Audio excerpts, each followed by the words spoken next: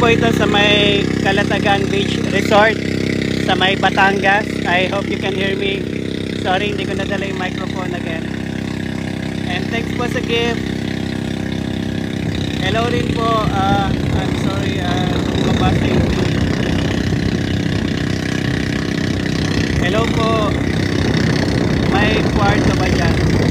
Wala actually, pero meron siyang restroom dito sa may baba. Later on, i-post ko yung complete video ng ating tour. Ayan na po yung sandbar, lumabas na. Iris Dominic. I hope you guys can hear me, medyo mahangin dito.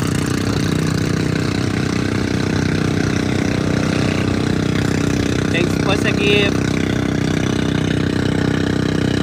Ayun yung mga kababayan natin na naglalako ng mga paninda. And there's a sandbar there.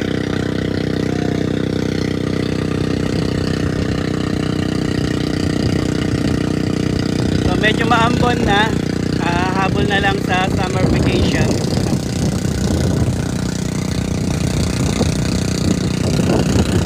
Hello po, Iris Dominic.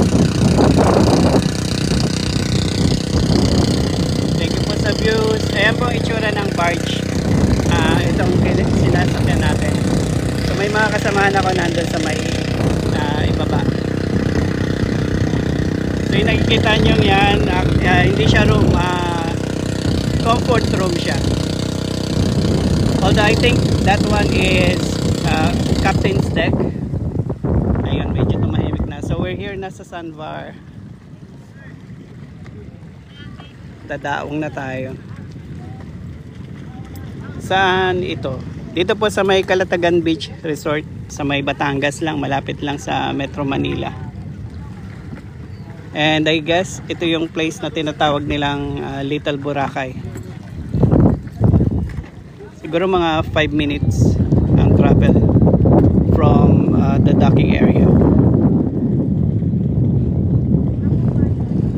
Thanks po sa ating mga viewers. And mag-live po tayo ulit mamaya. And if you want to see the whole video, pa-subscribe po sa ating YouTube channel.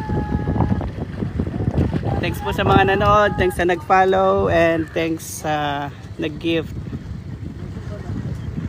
Thank you po sa pag-follow. Hi, Harvey. Thank you, live po tayo ulit mamaya. God bless po, bye-bye.